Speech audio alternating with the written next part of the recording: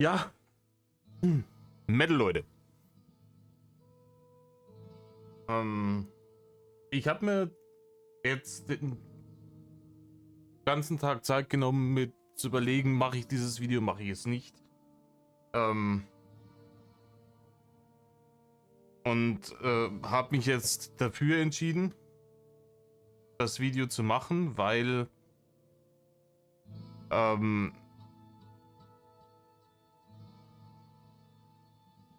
es lässt mir keine Ruhe.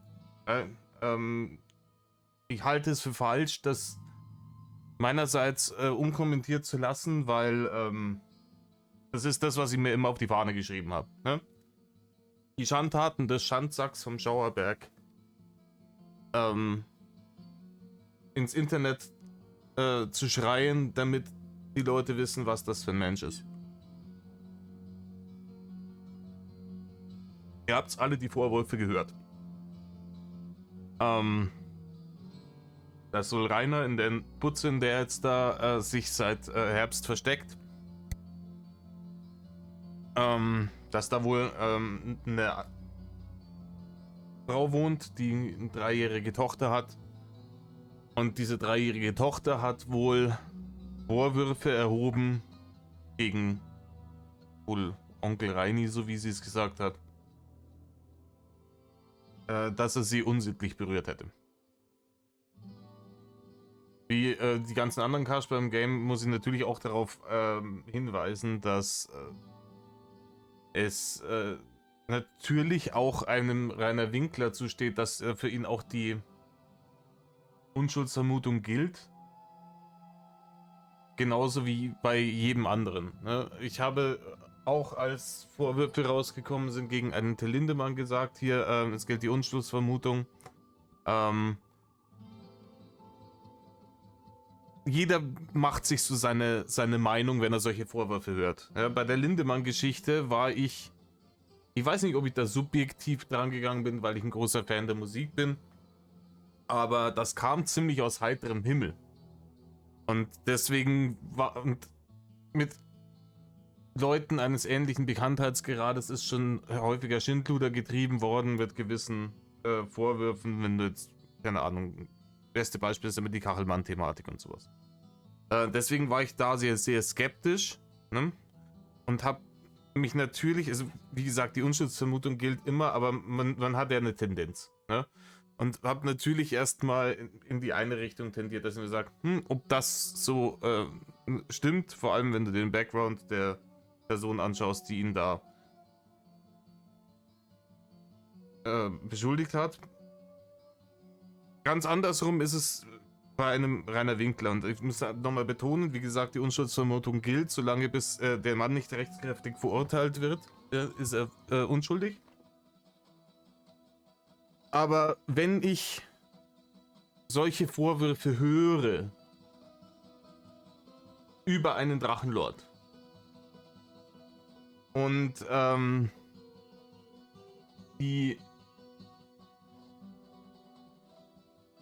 ja, dann fängt es bei mir im Hirnsrändern an, oder? Ist bei euch auch so passiert? Da kommen sofort Dinge in den Kopf. Ich habe mir ein paar aufgeschrieben. Sind mit Sicherheit nicht alle. Ihr könnt mir gerne nochmal in die Kommentare schreiben, wenn ihr Sachen habt, die ich vergessen habe. Und es werden viele Sachen da unten reingeschrieben werden. Gehen wir mal durch. Hier. Seine Geschichten von wegen hier Sex im Mittelalter. Wo Rainer sinngemäß Folgendes gesagt hat. Ja, damals in so einem in so einem kleinen Haus von so Leuten auf dem Land, wenn die alle im selben Raum geschlafen haben, da haben dann die Kinder das alles mitgekriegt, wenn die Eltern nachts geknattert haben, und das hat denen auch nicht geschadet. Die waren da wahrscheinlich viel früher reif als die Kinder heute. Dann Rainers Discord-Leak, in dem er behauptet, im Tierreich nehmen sich die Männchen das auch mit Gewalt, was sie an sexuelle Befriedigung haben wollen. Nur der Mensch macht es nicht, weil er dumm ist. Wie gesagt, ich habe die wörtlichen Zitate jetzt gerade nicht im Kopf, ich habe sie nicht rausgesucht, aber es ist sinngemäß das. Dann, die Geschichte mit dem Kind in dem Auto, die kennen wir alle zu Genüge. Er hat nicht gesehen, dass da ein Kind jetzt im Auto sitzt. Das Zitat, es gibt nicht zu jung, es gibt nur, es gibt nicht zu eng, es gibt nicht zu jung, es gibt nur zu eng, so rum war's. Dann die 13-Jährige, die er in seinem You Know, glaube ich, war das Stream damals hatte. Ja, wo er gemeint hat, als sie gesagt hat, sie ist 13, hart an der Grenze.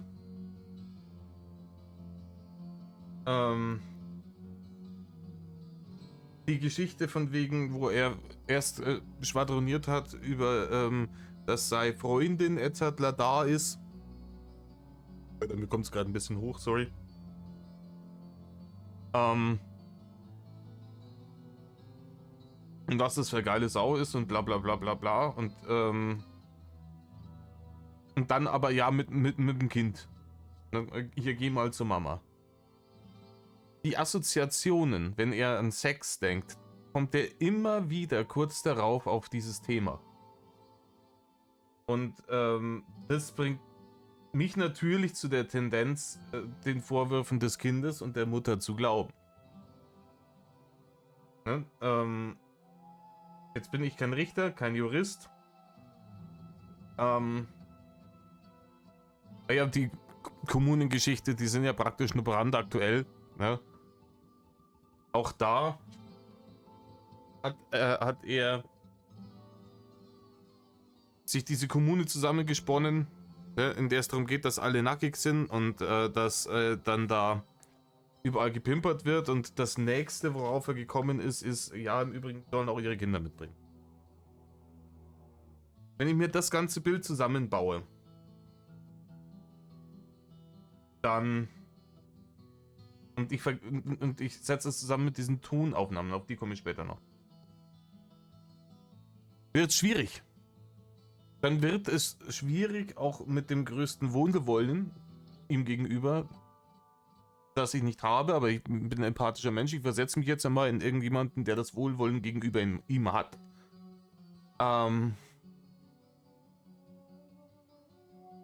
Dass man da neutral bleibt, dass man da objektiv bleibt, dass man da sich immer wieder selber sagt, nein, wir leben in einem Rechtsstaat, der Mann darf nicht vorverurteilt werden, du würdest es von dir auch nicht wollen, dass du vorverurteilt wirst. Es gibt eine Unschuldsvermutung in diesem Land. Jeder Mensch ist so lange unschuldig, bis er rechtskräftig verurteilt wurde. Das wird schwierig. Und der Blutdruck geht nach oben. Und dementsprechend ist es das. Mein folgender Gedankengang ist ein What if. Ja? Ne? Wie gesagt, man kann es noch nicht ganz hundertprozentig sagen, aber angenommen. Wir schauen, wir spitzen jetzt ein wenig durch ein kleines Fenster in die Zukunft. Und in dieser Zukunft kommt heraus, ja, das ist richtig, das ist so passiert. Ja, das kleine Kind hat keine Scheiße erzählt. Und Rainer hat das gemacht. Dann möchte ich, dann wünsche ich mir, dann erwarte ich, dass sich gewisse Leute gerade machen dafür. Ernsthafte Konsequenzen werden diese Leute nicht spüren, aber dass sie zumindest sich gerade machen dafür. Und zwar voran die Behörden, die Rainers Festplatten hatten und sie aus, keine Ahnung, Zeitmangel, vielleicht Faulheit, vielleicht, ah ja, komm, das ist so Internetkasperei, es nicht ernst genommen haben, sie nicht untersucht haben. Hätte man da etwas gefunden, und ich bin mir ziemlich sicher, man hätte etwas gefunden, hätte man den Mann schon viel früher aus dem Verkehr ziehen können, und das wäre dann nicht passiert. Und zum anderen der Richter von der Berufungsverhandlung. der ihm eine ach so tolle Sozialprognose diagnostiziert hat, nachdem, ich betone nachdem, von einem Experten festgestellt wurde, dass der Mann eine narzisstische Persönlichkeitsstörung und eine Impulskontrollstörung hat. Das ist eine ganz fürchterliche Kombination. Jemand, der sich immer im Recht sieht, der alles auf der Welt als sein Eigentum betrachtet und seine Impulse nicht kontrollieren kann. Das steht ganz oben bei den Zutaten für einen Triebtäter und da eine positive Sozialprognose auszustellen und ihm die dritte hier Bewährung zu geben, waren die damals schon Hanebüchen. Wenn man jetzt von dieser zukünftigen Situation ausgeht, in der sich herausstellt, dass Rainer tatsächlich das getan hat, was ihm hier vorgeworfen wird, ist es fahrlässig. Und dann muss man den Leuten das kommunizieren auch. So, im Übrigen, du hättest die Chance gehabt, das zu verhindern. Aus irgendwelchen Gründen, so, keine Ahnung, ich möchte mir hier die Finger nicht schmutzig machen, was sagen die Medien oder sonst irgendwas, hat man es nicht getan.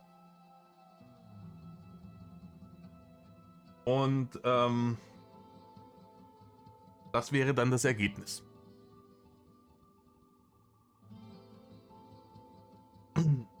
Und sowohl Serial als auch ich haben schon in diversen Podcasts gesagt,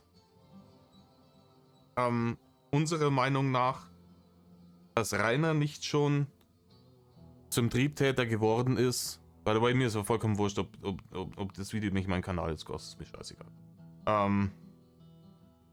Dass Rainer noch nicht zum Triebtäter geworden ist, liegt einzig und allein daran, dass er die Möglichkeit noch nicht hatte.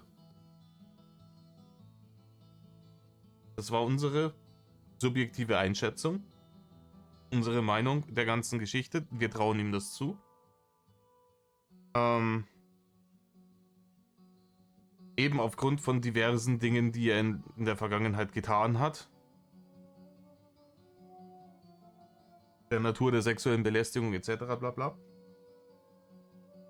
Und sollte es jetzt tatsächlich so weit gekommen sein,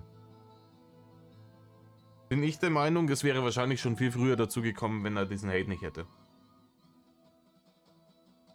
Diese extreme Aufmerksamkeit, dieser Fokus auf seine Person, dieses im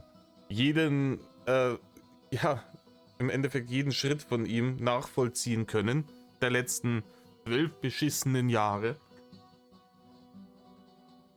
kann gut und gerne dazu geführt haben, dass das nicht schon früher passiert ist.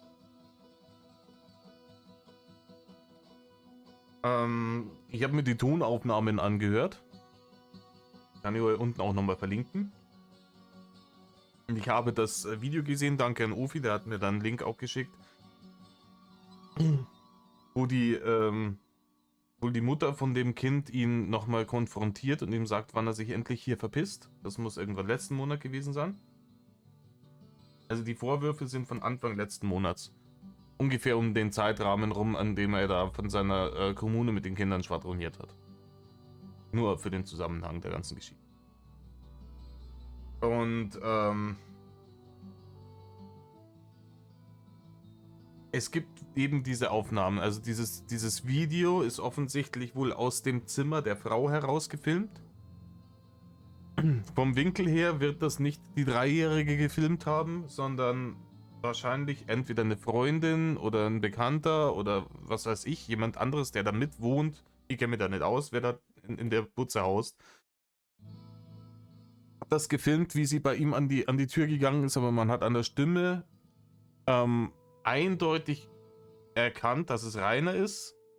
Er hat sich nicht ganz aus der Zimmertür rausgetraut. Die hat er mal so ein Stück aufgemacht, damit er sich schnell wieder zumachen kann, weil er wahrscheinlich Angst vor der Frau hatte. Und dann die Tonaufnahmen wo er praktisch von mehreren Leuten da konfrontiert wird. Und meine Meinung, natürlich kann es sein, dass hier 4D-Schach gespielt wird. Es ist nicht auszuschließen. Das schwurbeln wir mal massiv in der Gegend umeinander. Wir gehen jetzt mal richtig tief rein. Ne? Hier, Huigas Alice in Wonderland, rein in den Kaninchenbau. Das hier Karl Dall und wie sie nicht alle heißen, als die Adresse geleakt wurde. Es ist schon auch auffällig, dass die ganze Scheiße jetzt rauskommt, wo die Adresse geleakt wird. Mit diesen Vorwürfen. Sich gedacht haben, wir müssen jetzt irgendwie irgendeine Märchengeschichte erzählen. Und kacken da dann auch Beweise ins Internet, weil es ist schon ein wenig komisch, dass es, wie gesagt, ich glaube daran nicht, aber wie gesagt, es ist das Drachengame. Ich versuche jetzt einfach mal das Abstruseste zusammenzuspinnen, was mir in den Kopf kommt, weil, ne? Ihr kennt die Autoren. Dass man gesagt hat, hier, wir locken jetzt die Hater in eine Falle, dann berichten sie alle drüber und dann können wir sie alle irgendwie rechtlich belangen.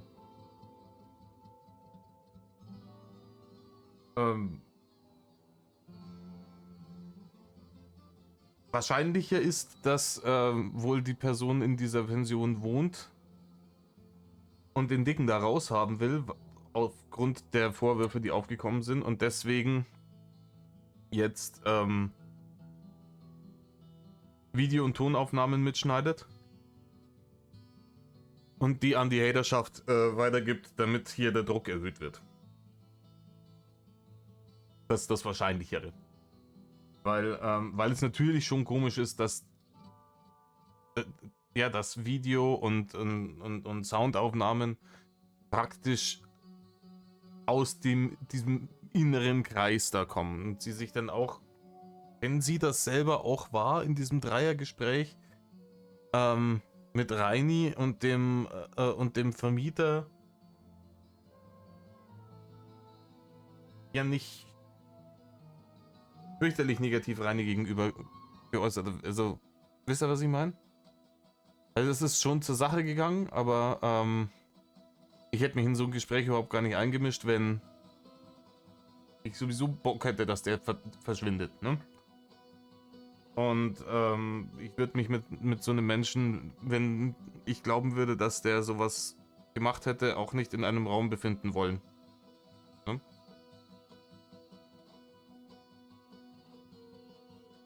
Wir werden sehen, was jetzt dabei rauskommt. Ganz ehrlich, ich hoffe inständig, dass das irgendeine Art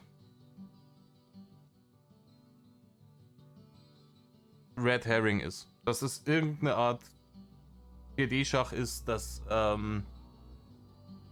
sowas nicht passiert ist. Sollte dem aber doch so sein, hoffe ich, dass unsere Justiz jetzt endlich mal den Kopf aus dem Arsch nimmt und den mehrfachen verurteilten Straftäter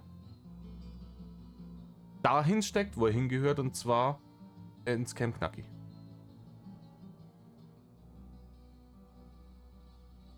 Ne? Ich habe euch im Übrigen dieses TikTok-Ding im Bild gelassen. Zum Thema, gerade unten links können diese Augen lügen. Ja?